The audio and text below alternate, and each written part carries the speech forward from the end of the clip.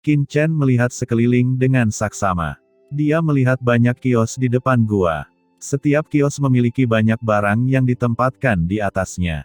Ada batasan di kios. Anda dapat melihat harta karun ini melalui batasan, tetapi Anda tidak dapat menyentuh harta karun ini dengan mudah. Di langit di atas tengah pulau terapung terdapat retakan gelap. Retakan ini terus berputar, seperti lubang hitam, dan beberapa puing luar angkasa terus-menerus keluar dari lubang hitam. Nafas ruang ini sangat mengerikan. Ketika Qin Chen merasakannya dari kejauhan, dia merasakan tekanan ruang yang sangat mengerikan bertahan di sekitarnya, membuatnya merasa tercekik. Tekanan luar angkasa yang mengerikan. Gumam Qin Chen, ekspresinya sedikit berubah. Dia merasa jika dia dengan gegabah menerobos celah luar angkasa, dia akan terkoyak oleh celah luar angkasa yang mengerikan. Berpikir dalam benaknya, Qin Chen melihat banyak material dan harta karun di kios di sebelahnya. Dia awalnya ingin melihat hal-hal baik apa yang ada di sini, tetapi ketika dia melihat harga harta karun tersebut, dia segera menyerah. Tertulis dengan jelas di kios ini bahwa harta karun murah di dalamnya bernilai puluhan kristal kosmik tingkat menengah, yaitu ribuan kristal kosmik tingkat rendah, dan yang lebih mahal bahkan bernilai ratusan kristal kosmik tingkat menengah. Budidaya Qin Chen sebelumnya telah sepenuhnya menghabiskan semua kristal kosmik tingkat menengah di tubuhnya, dan dia hanya memiliki beberapa kristal kosmik tingkat rendah yang tersisa. Dengan semua uangnya digabungkan, dia mungkin tidak dapat membeli terlalu banyak harta. Mata Qin Chen tertuju pada salah satu harta karun tertinggi. Harta karun tertinggi ini dihargai 3.000 kristal kosmik tingkat rendah, yang memberi Qin Chen pemahaman umum tentang nilai harta karun di sini. Hati Qin Chen tiba-tiba tergerak ketika dia memikirkan beberapa bahan dan harta yang tidak diketahui di senjata ajaib luar angkasa dari dua orang yang dia bunuh sebelumnya. Melalui pelatihan sebelumnya, Qin Chen mengetahui bahwa jika dia ingin berkembang, dia akan membutuhkan kristal kosmik dalam jumlah besar, terutama kristal kosmik kelas menengah. Namun, dia tidak lagi memiliki kristal kosmik kelas menengah di tubuhnya, dan bahkan berhutang banyak pada Fang Muling. Materi dan harta karun itu tidak tahu apa fungsinya, dan umumnya tidak berguna. Jika bisa dijual, mereka bisa mendapat banyak kekayaan. Satu-satunya masalah sekarang adalah Qin Chen tidak tahu apa-apa tentang material dan harta karun lainnya di Laut Kosmik. Dia segera memiliki ide di benaknya, dan Fang Muling bertanya, apakah Anda memiliki batu giok yang memperkenalkan berbagai bahan dan harta karun di Laut Kosmik? Fang Muling tahu apa yang akan dilakukan Qin Chen segera setelah dia mendengarnya, dan berkata langsung, apakah Anda ingin menjual material senjata ajaib luar angkasa kedua orang itu sebelumnya? Sederhana saja, serahkan saja pada saya dan saya pasti akan membantu Anda menjualnya dengan harga yang bagus. Qin Chen berkata, saya bisa menjualnya kepada Anda, tapi saya ingin mencari tahu bahan apa ini terlebih dahulu. Fang Muling berkata dengan nada menghina, apakah kamu masih takut aku akan memeras barang-barangmu? Bukan itu maksudku, ucap Qin Chen berkata dalam hati, dia sangat ingin mengetahui situasi Laut Kosmik ini. Fang Muling tidak mengatakan apa-apa, dan langsung pergi ke sebuah kios dan berkata, apakah Anda memiliki slip batu giok di sini yang secara khusus memperkenalkan berbagai bahan dari Laut Kosmik? Pria parubaya pemilik kios melirik ke arah Fang Muling, mengeluarkan 2 lembar batu giok dan menyerahkannya kepada Fang Muling dan berkata, kedua slip batu giok ini berisi perkenalan tentang berbagai harta karun dan beberapa bahan. Setiap slip giok berharga 10 kristal kosmik kelas menengah. Qin Chen merasa malu ketika mendengar ini. Satu slip giok bernilai 10 kristal kosmik tingkat menengah, yang setara dengan 1000 kristal kosmik tingkat rendah. Harga ini agak terlalu mahal. Dan sekarang dia bahkan tidak memiliki satu pun kristal kosmik kelas menengah di tubuhnya. Fang Muling menoleh ke Qin Chen dan berkata, beri aku 200 kristal kosmik tingkat rendah. Qin Chen tertegun dan segera mengeluarkannya, dia masih memiliki 200 kristal kosmik tingkat rendah. Setelah mengambil kristal kosmik tingkat rendah Qin Chen, Fang Muling meletakkannya langsung di stan pihak lain, ini 200 kristal kosmik tingkat rendah. Saya ingin 2 slip giok. Qin Chen tercengang. Pria parubaya itu juga tercengang, dan mau tidak mau berkata dengan wajah jelek, saya sedang berbicara tentang 10 kristal kosmik tingkat menengah. Milik Anda tidak cukup, dan itu juga merupakan kristal kosmik tingkat rendah. Fang Muling berkata dengan nada menghina, "Oke, slip giok jenis ini paling banyak bernilai lusinan kristal kosmik tingkat rendah di luar. Saya akan memberi Anda 101, itu sudah cukup." Pria parubaya itu berkata dengan wajah jelek, "Kamu juga bilang itu di luar, tapi sekarang di tempat kembalinya reruntuhan, bukan di luar." Setelah mendengar ini, Fang Muling langsung mengambil kristal kosmik tersebut dan berkata, "Lupakan saja jika kamu tidak ingin menjualnya. Meskipun ini adalah tempat untuk kembali ke reruntuhan, banyak orang yang menjual batu giok jenis ini. Jika kamu tidak menjualnya, beberapa orang akan menjualnya." Setelah mengatakan itu, Fang Muling berbalik dan pergi. "Oke, aku akan menjualnya," kata pria parubaya itu buru-buru memanggil Fang Muling. Fang Muling menyerahkan 200 kristal kosmik tingkat rendah, dan kemudian menyerahkan 2 slip giok itu kepada Qin Chen, ini. Qin Chen menghubungkan slip giok dan memindainya dengan kesadaran spiritualnya untuk memeriksanya. Pada saat ini, aura mengerikan tiba-tiba datang, dan dengan keras, sesosok tubuh turun langsung dari pinggiran pulau terapung dan mendarat di pulau terapung tersebut. Begitu sosok ini jatuh, aura transenden yang mengerikan dengan cepat menyebar, langsung menarik perhatian seluruh pulau terapung. Dia adalah orang kuat transenden. Begitu sosok ini turun, banyak orang yang terkejut dan keluar dari guanya satu demi satu dan menatap sosok itu. Orang kuat yang transenden manapun dapat dianggap sebagai ahli di tempat seperti laut kosmik, yang tidak bisa dianggap remeh. Saat ini, Qin Chen juga terkejut. Mungkinkah itu orang super kuat transenden dari klan kegelapan menemukannya di tempat ini? Tapi setelah dia melihat wajah pihak lain, dia tidak bisa menahan nafas lega. Meskipun orang di depannya mengenakan jubah hitam, dengan wajah seperti elang, dan aura dingin, dia bukanlah orang kuat transenden dari klan kegelapan yang mengejarnya, tetapi orang kuat transenden lainnya. Hal ini membuat Qin Chen tidak bisa menahan nafas, dia telah berada di alam semesta asli begitu lama, dan dia hanya melihat kaisar leluhur iblis hitam, leluhur klan kegelapan, dan keberadaan mengerikan di lautan virtual. Namun, tidak lama setelah tiba di laut kosmik ini, dia sudah melihat dua pria kuat yang transenden. Begitu pria kuat transenden ini mendarat, matanya dengan cepat mengamati sekeliling, sepertinya mencari sesuatu.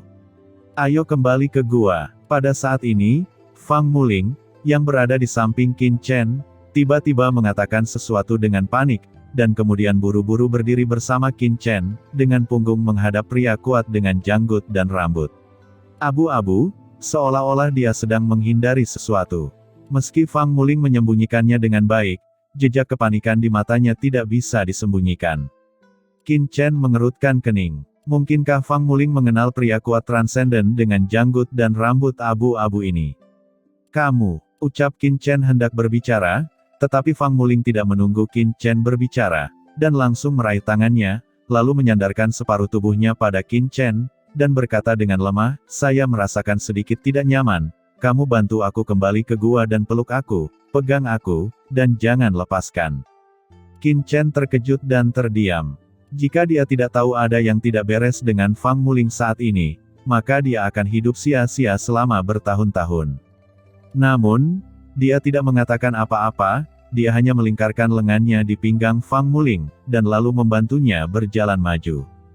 Fang Muling terbaring di pelukan Qin Chen, seolah-olah dia sangat lemah, tetapi Qin Chen bisa merasakan bahwa dia telah merasakan sekelilingnya, seolah-olah dia sedang menjaga diri dari pria kuat transenden dengan janggut dan rambut abu-abu. Qin Chen tiba-tiba merasakan sakit kepala, dia belum pulih dari kejaran klan kegelapan, tapi tanpa diduga dia menemui masalah seperti itu lagi. Tapi sangat mustahil baginya untuk meninggalkan Fang Muling di sini. "Majulah. Aku punya gua di depanmu. Hati-hati dan jangan terlihat aneh.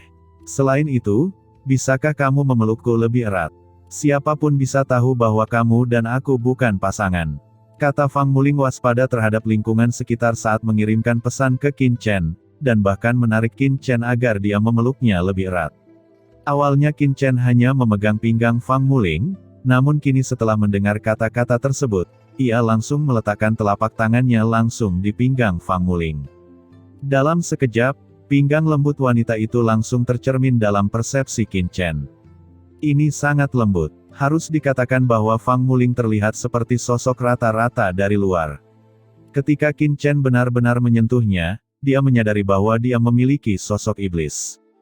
Melalui jubahnya, dia dapat dengan jelas merasakan elastisitas kulitnya yang ditransmisikan dari pinggangnya. Terlebih lagi, pinggang pihak lain sangat ramping, yang benar-benar seperti cengkeraman yin-yang. Namun, pikiran Qin Chen tidak tertuju pada pihak lain, tetapi pada pria kuat transenden di belakangnya. Setelah pria ini jatuh, dia sepertinya tidak tertarik dengan tempat ini, tetapi sedang mencari sesuatu. Kesadaran tirani menyebar secara langsung, dan bahkan ingin menyusup ke beberapa gua di pulau terapung ini. Perasaan tak terkendali ini membuat semua orang yang hadir terlihat jelek. Tepat ketika kesadaran spiritualnya merajalela, tiba-tiba terjadi ledakan, dan aura mengerikan tiba-tiba datang dari sebuah gua di tengah pulau terapung. Aura ini bertabrakan dengan kesadaran spiritual pria kuat berambut abu-abu dan transenden ini, dan segera memicu pusaran air spiritual yang menakjubkan. Teman-teman, ini tempat Guiksu. Semua orang menunggu alam rahasia Guiksu terbuka dan mencari peluang. Tidak perlu sombongkan. Bagaimana kalau lebih tenang? Sebuah suara yang dalam datang dari dalam gua dan bergema di pulau terapung, menyebabkan gelombang suara gemuruh. Itu adalah Dewa Yuandao. Tuan Yuandao berbicara. Ada ledakan kegembiraan dari kerumunan, dan terlihat jelas bahwa banyak orang yang hadir mengenal Master Transcendent yang berbicara di dalam gua. Dewa Yuandao. Gumam lelaki tua berambut abu-abu itu memandang ke arah gua tempat suara itu berasal, matanya berkilat dingin, lalu dia melihat ke lubang hitam di atas kepalanya di pintu masuk alam rahasia Guiksu. Setelah hening beberapa saat, dia tidak melanjutkan menggunakan indera spiritualnya untuk menjelajah, tapi sesampainya di sebuah gua di inti pulau terapung, dia berkata dengan dingin, "Saya ingin gua ini." Di depan gua ini, seorang lelaki kuat berdiri di sana. Ada jejak transenden yang tertinggal di tubuhnya. Dia jelas merupakan seorang master yang setengah langkah melampaui puncak transenden, dan bahkan hanya satu langkah lagi dari transenden. Saat ini, wajahnya tiba-tiba memerah. Tak satu pun dari orang-orang yang bisa berada di tengah-tengah pulau terapung ini adalah orang-orang biasa. Semuanya adalah pakar terbaik. Itu adalah Raja Pedang Emas. Dia adalah orang kuat di benua Tianjian. Dia telah mencapai puncak transenden setengah langkah 1.000.000 tahun yang lalu. Dikatakan bahwa dia dapat memasuki alam transenden kapan saja. Lokasi gua Raja Pedang Emas sangat bagus. Inilah sebabnya gua tersebut dipilih oleh orang lain. Ucap semua orang tidak bisa tidak membicarakannya. Apa, jika kamu belum pergi, kenapa kamu tidak memintaku untuk mengundangmu? Kata pria kuat transenden dengan janggut abu-abu berkata dengan dingin. Wajah Raja Pedang Emas berubah menjadi hijau dan putih untuk beberapa saat, dan akhirnya berbalik dan meninggalkan guanya. Dia tidak berani bertaruh apakah pihak lain berani mengambil tindakan, karena meskipun pihak lain takut akan penindasan spasial dan menahan diri untuk tidak mengambil tindakan untuk saat ini, menyinggung master seperti itu demi sebuah gua tidak akan sepadan dengan kerugiannya. Jika pihak lain mengincarnya di dunia rahasia Guiksu, dia akan mendapat masalah. Melihat Raja Pedang Emas pergi, pria kuat transenden berjanggut abu-abu segera menempati gua miliknya. Raja Pedang Emas juga dikenal sebagai penguasa benua Tianjian, tetapi seseorang menempati guanya dan dia bahkan tidak berani kentut. Ucap seseorang di antara kerumunan itu mencibir. Tiba-tiba, seberkas cahaya pedang menyambar, dan dengan keras, orang yang berbicara itu langsung diselimuti. Ada ekspresi ngeri di mata orang itu, dan dia buru-buru berkata, "Maafkan." Sebelum dia bisa menyelesaikan kata-katanya, dengan keras, tubuhnya hancur berkeping-keping dan dipotong menjadi ketiadaan oleh energi pedang emas. Semua orang di sekitar melihat energi pedang yang mengalir keluar dengan ngeri. Raja Pedang Emas mendengus dingin, berjalan langsung ke gua pria itu, mengambil senjata ajaib luar angkasa pria itu, dan kemudian langsung mendobrak batasan gua pria itu dan memasuki gua pria itu. Semua orang terdiam. Pria tadi bisa dikatakan sebagai master yang telah menyentuh alam transenden, namun di tangan Raja Pedang Emas, dia bahkan tidak bisa bergerak. Kekuatan Raja Pedang Emas memang layak untuk reputasinya. Oke, jangan buang waktu di sini, kembali ke gua dulu. Kata Fang Muling mengirim pesan ke Qin Chen, dan jelas merasa lega ketika dia melihat pria kuat dengan janggut abu-abu tidak melanjutkan pencarian. Saat dia berbicara, dia memimpin jalan dan segera tiba di depan sebuah gua. Fang Muling mengangkat tangannya dan melihat batasan di luar gua langsung dibuka, lalu Fang Muling dengan cepat masuk bersama Qin Chen. Ini adalah gua yang cukup indah dengan ruang khusus di dalamnya. Qin Chen memandang gua itu dengan heran dan berkata, "Gua ini adalah gua yang saya atur di sini sebelumnya," kata Fang Muling, lalu segera melepaskan Qin Chen. Setelah tiba di gua, dia jelas sangat santai dan menepuk dadanya. Qin Chen melihat keluar gua. Letak gua ini cukup bagus. Tidak jauh dari pusat pulau terapung. Dari sini terlihat jelas celah ruang di tengah pulau terapung. Setelah alam rahasia Guiksu dibuka, Anda dapat langsung melihat pergerakan di sana dan pergi ke sana sesegera mungkin. Tidakkah ada orang yang akan mengambil gua tempat tinggalmu di sini? Ucap Qin Chen tidak bisa menahan diri untuk tidak bertanya ketika dia memikirkan perampokan gua orang lain yang dilakukan Raja Pedang Emas sebelumnya. Haha, orang lain tidak tahu apakah ada orang di sini, jadi bagaimana mereka bisa datang dan mengambil guaku dengan mudah? Ucap Fang Muling berkata dengan ringan, jangan berpikir kamu bisa melakukan apapun di sini, tetapi kenyataannya, kebanyakan orang tidak akan melakukan apapun tanpa yakin sepenuhnya. Lagi pula, semua orang diteleportasi sekaligus. Siapa yang tahu siapa yang tinggal di gua ini? Lagi pula, bisa memasuki alam rahasia Guiksu adalah sebuah kesempatan. Siapa yang akan menyinggung orang lain demi sebuah gua kecil saat ini? Itu hanya situasi khusus. Oke, selanjutnya saya akan istirahat. Tolong bantu saya menjaga pengoperasian batasan gua. Saat Fang Muling berbicara, dia langsung berbaring di tempat tidur di guanya, berbaring dengan nyaman, lalu mengeluarkan paha ayam dan mulai menggigitnya. Dia tidak bisa menahan diri untuk tidak mengangguk dan berkata, "Yah, aku benar-benar ingin melakukannya." Apakah kamu kenal pria kuat yang tidak terikat tadi? Pada saat ini, Qin Chen tiba-tiba bertanya. Fang Muling menggelengkan kepalanya dan berkata, bagaimana mungkin saya bisa mengenal orang yang begitu kuat dan transenden? Saya tidak mengenalnya. Saya tidak mengenalnya. Qin Chen melirik Fang Muling dan sekilas tahu bahwa Fang Muling tidak tulus. Namun, karena Fang Muling tidak mau memberitahu, Qin Chen juga tidak akan membeberkannya. Dia berpikir sejenak dan berkata, orang kuat transenden tadi sangat kuat, dan auranya dingin. Dia jelas bukan orang yang sederhana. Jika kamu memiliki dendam terhadap pihak lain, cobalah untuk lebih berhati-hati. Jika kamu butuh sesuatu, kamu juga bisa memberitahuku. Aku akan melakukannya untukmu, usahakan jangan sampai ketahuan. Setelah mengatakan ini, Qin Chen berbalik dan meninggalkan gua. Fang Muling melihat sosok Qin Chen yang pergi, sedikit linglung, seolah-olah dia baru pertama kali bertemu Qin Chen, dan senyum bahagia muncul di sudut mulutnya, si bodoh ini. Di luar gua, Qin Chen mengeluarkan slip giok dari sebelumnya dan merasakannya dengan hati-hati. Segera, informasi tentang berbagai harta dan material muncul di depan matanya. Saat Qin Chen menghafalnya, dia juga membandingkan bahan dalam senjata ajaib luar angkasa dari dua orang sebelumnya. Ketika dia melihat beberapa bahan, dia tiba-tiba menunjukkan ekspresi kegembiraan. Batu hitam awan asap hitam merupakan material terbaik untuk menyempurnakan senjata ajaib. Senjata ajaib yang dimurnikan dengan material ini memiliki keunggulan dalam mengoyak esensi sejati lawan. Batu hitam awan asap hitam benar-benar gelap, dan terasa dingin saat dipegang di tangannya. Qin Chen tidak tahu bahan apa itu sebelumnya, tapi sekarang dia akhirnya mengetahuinya. Bulu cahaya perak adalah bahan terbaik untuk menyempurnakan senjata ajaib terbang. Jika ditambahkan ke senjata ajaib terbang, itu akan meningkatkan kemampuan senjata ajaib terbang untuk menerobos udara. Selain itu, mengandung kekuatan ruang khusus, yang juga akan membantu para prajurit memahami hukum ruang. Batu Shenzhou, batu giok putih, digunakan untuk menghangatkan kesadaran spiritual dan memperkuat jiwa spiritual, tidak hanya dapat dengan cepat memulihkan kesadaran spiritual yang dikonsumsi, tetapi juga membantu meningkatkan pengembangan kesadaran spiritual. Ini adalah materi spiritual yang langka di lautan kosmik dan sangat sulit diperoleh.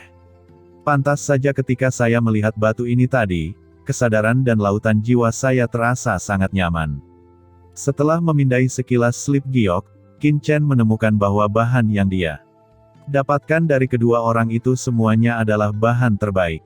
Lagi pula, pasti tidak mudah bagi mereka untuk menyimpannya di senjata ajaib. Namun, yang terbaik dari material ini hanyalah material tingkat puncak transenden setengah langkah, dan tidak satupun dari material tersebut merupakan material tingkat transenden. Kalau dipikir-pikir, materi transenden sangatlah langka dan jarang tersedia bagi siapapun. Setelah memahami kegunaan benda-benda ini, Qin Chen segera menyingkirkan slip giok dan mengalihkan persepsinya ke batu giok hitam. Batu hitam awan asap hitam adalah bahan terbaik untuk menyempurnakan senjata ajaib. Dapat merobek esensi sejati prajurit.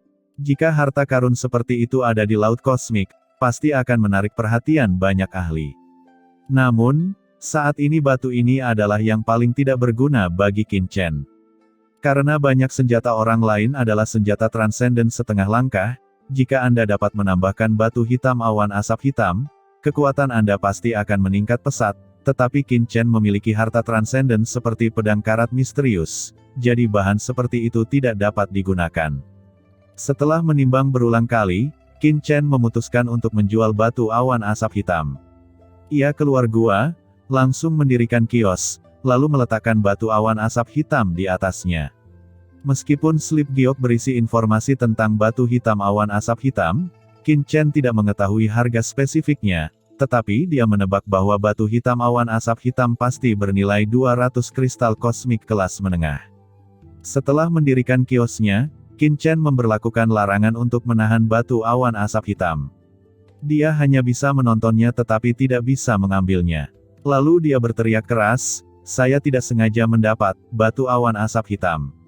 Sekarang saya ingin menjualnya. Jika Anda menginginkan batu hitam awan asap hitam, Anda dapat menawar." Qin Chen bahkan tidak perlu mengucapkan kalimat kedua. Begitu dia mengucapkan 5 kata, batu hitam awan asap hitam, segerombolan orang langsung menghampiri. "Hei, apakah itu benar-benar batu hitam awan asap hitam?